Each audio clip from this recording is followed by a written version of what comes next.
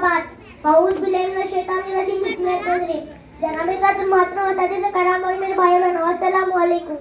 आज मेरे तकरीर का आगाज़ सरवर कौनैन साक़े कौसर शाफ़े महशर ताजदार मदीना अब्दुल्लाह के लफ्ज़ जिगर आमिना की नूरी नज़र सैयदुल बशर महबूब की बड़े अरब के शहज़ादे मोहम्मद मुस्तफ़ा सल्लल्लाहु अलैहि वसल्लम के नाम से शुरू करता हूँ, क्योंकि अल्लाह ने खुद इरशाद फरमाया है, ऐ मेरे लाडले पैगंबर, मेरा तुझसे वादा है कि ज़मीन के जिस खित्ते पर, आसमान के जिस कोने पर, हवा के जिस झोंके पर, दरख्त के जिस पत्ते पर, पानी के जिस कतरे पर, जिस इंसान के दिल में दिमाग और ज़बान पर तेरा जिक्र होगा, मैं उस पर अपनी रहमत की बारिश बरसा दूंगा। सुभान तारीख अगर ढूंढेंगी सानिए मोहम्मद, तारीख अगर ढूंढेंगी सानिए मोहम्मद, सानी तो बड़ी चीज से साया ना मिलेगा। आप तमाम को मालूम हो चुका है कि हम सब यहाँ आप सल्लल्लाहु अलैहि वसल्लम की विलादत और अखलाक के बारे में सुनने के लिए यहाँ जमा हुए। अल्लाह ताला ने इंसानों की रहबरी के लिए अंबिया का सिलसिला शुरू किया है, जो आदम अलैहिस्सलाम से चलते चलते खातमुन नबी हज़रत मोहम्मद मुस्तफ़ा सल्लल्लाहु अलैहि वसल्लम पर खत्म हुआ। अल्लाह ने आपको आखिरी नबी बनाकर भेजा। रब्बिल अव्वल जब आता है, दुनिया में खुशी का इजहार होता है। दो हस्तियाँ ऐसी है जिनकी तारीफ हम करते हैं, एक अल्लाह और दूसरा अल्लाह का रसूल है।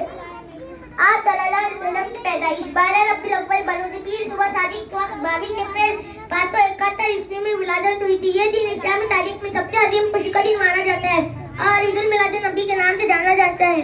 हमारे प्यारे नबी सल्लल्लाहु अलैहि वसल्लम की मौजूदगी भी थे और उनकी जिंदगी का सफर तकलीफों और मुसीबतों से भरा हुआ था। आप सल्लल्लाहु अलैहि वसल्लम की पैदाइश 12 रब्बिल अव्वल 531 हिजरी में हुई थी। आप सल्लल्लाहु अलैहि वसल्लम ने इस्लाम की तरक्की के खातिर कभी तकलीफों और कभी मौजूदगी का सामना किया। मैं कुछ मौजूदगी के बारे में बताता हूँ।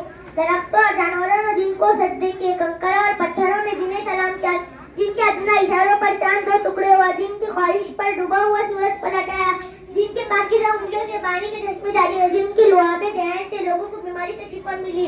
सदियों से बिगड़े हुए माशरे को संवारना एक इंतहाई मुश्किल अमल था, लेकिन आप सल्लल्लाहु अलैहि वसल्लम तो कोई आम इंसान नहीं थे। आप सल्लल्लाहु अलैहि वसल्लम तो महबूब खुदा थे।